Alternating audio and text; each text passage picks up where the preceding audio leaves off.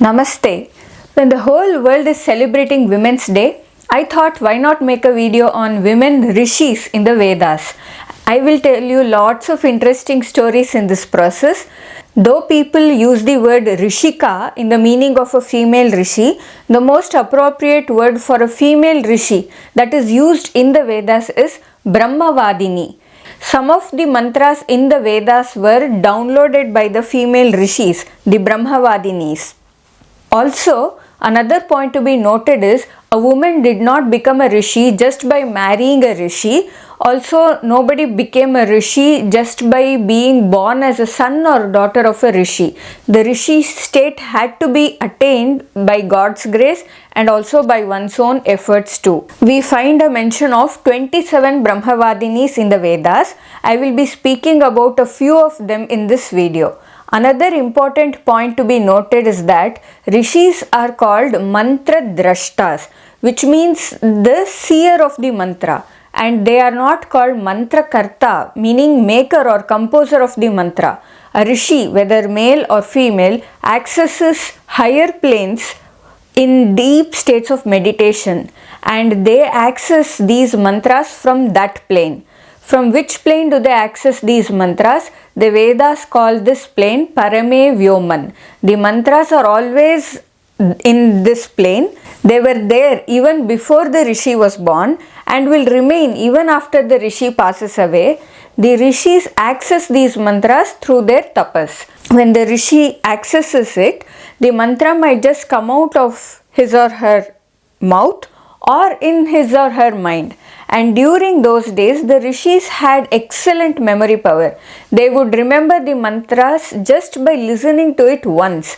Also, sometimes it might so happen that the Rishi's students were around him when he accessed the mantra, and when the mantra came out of his mouth, the students would remember them because even they had excellent memory and were able to remember just by listening to it once.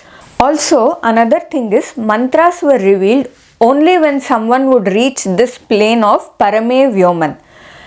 As time passed by, people who could access this plane became fewer and fewer, and after a certain point, nobody was able to access this plane. The various poets like Kalidasa and others also accessed higher planes through which they got creative ideas and poems. But these are lower planes compared to the Parame Vyoman plane.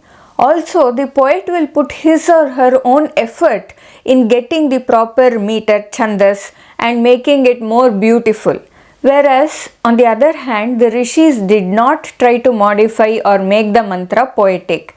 He or she just passes on whatever is received from the plane. And the mantras, when recited exactly like how it was downloaded, will generate the same vibrations. That is why the Vedic scholars work so hard in retaining the mantras as it is without even a small change. I have explained in more detail about the Vedas in my series on Vedas, Vedangas and Upangas. Those interested can check that playlist on my channel. I will leave the link in the description too. Prarambhaha, a course for beginners in Sanskrit. The Prarambhaha course focuses on spoken Sanskrit, the grammar, and also on reading, writing and listening skills. To know more about Prarambhaha and to enroll in the course, please check the links in the description and also in the pinned comments. I am starting the next batch from March 19th.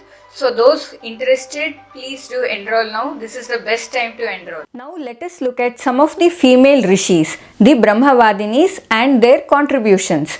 First, about this great Brahmavadini called Ghoshaa. She has contributed 2 suktas. They are the 39th and 40th suktas in the 10th mandala of Rigveda. Ghoshaa had white leprosy, which is a disease that causes skin to lose its normal color and turn white. Because of this, she was not able to get married. She meditated upon the Ashwini Devatas, and during her intense meditation, she received the mantras which are on the Ashwini Devatas. And after chanting these mantras, her disease was cured and she got married. As I said before, the suktas 39 and 40 came through Brahmavadini Ghoshaa, and it is said that the next sukta, that is the sukta number 41 of the 10th mandala of Rigveda, was received by her son Suhastya. Brahmavadini Ghosha actually belonged to a family of Rishis. Her grandfather was Dirghatamas and her father was Kukshivat, and both of them were worshippers of Ashwini Devatas, and they also had downloaded mantras on the Ashwini Devatas. When I say downloaded, I mean they downloaded the mantras from the higher plane called Parame Vyoman. Then there is another Brahmavadini named Vishvavaaraa. She is a married woman. By the way, Brahmavadinis could be married, or sometimes if they chose to completely dedicate their lives to tapas, meditation and sadhana, they could remain unmarried too. Brahmavadini Vishvavaaraa was a married woman. She belonged to the lineage of Atri. She has contributed 6 mantras which are in the 5th mandala of Rigveda. These mantras are on Agni. During the Vedic period, people had a very strong loving connection with Agni. Everyone had their own Agni which they maintained throughout their lives. The husband and wife would maintain their Agni together. In these mantras given by Rishika Vishvavara, Agni is prayed to for having a loving and happy married life. From these mantras, it is clear that Brahmavadini Vishvavara herself was an Agni Upasika. Then there is another Brahmavadini named Apalaa. She too belonged to the lineage of Atri. She was a married woman, but she encountered some skin disease. So she worshipped Lord Indra. Lord Indra was very pleased with her and blessed her.